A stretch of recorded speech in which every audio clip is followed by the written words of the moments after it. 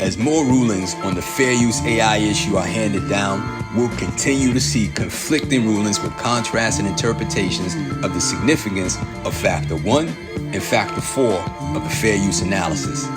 In a fair use analysis, Factor 4, the market harm factor, should never be blown off.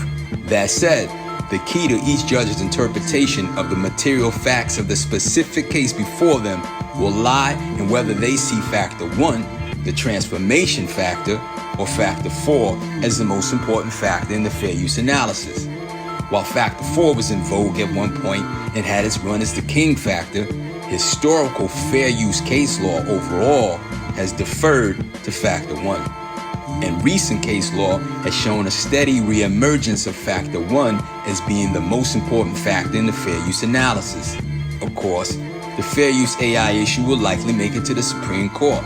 And when it gets there, the same showdown between Factor 1 and Factor 4 will determine the whole ball game.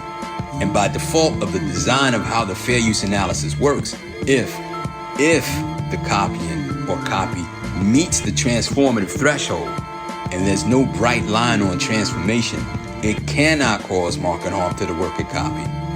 If it's transformative, then it's not a substitute for the work that it copied, and therefore no harm to the market or the work that it copied. No market harm, no infringement. With each ruling, there will be claims of victory from stakeholders representing various sides and specific interests.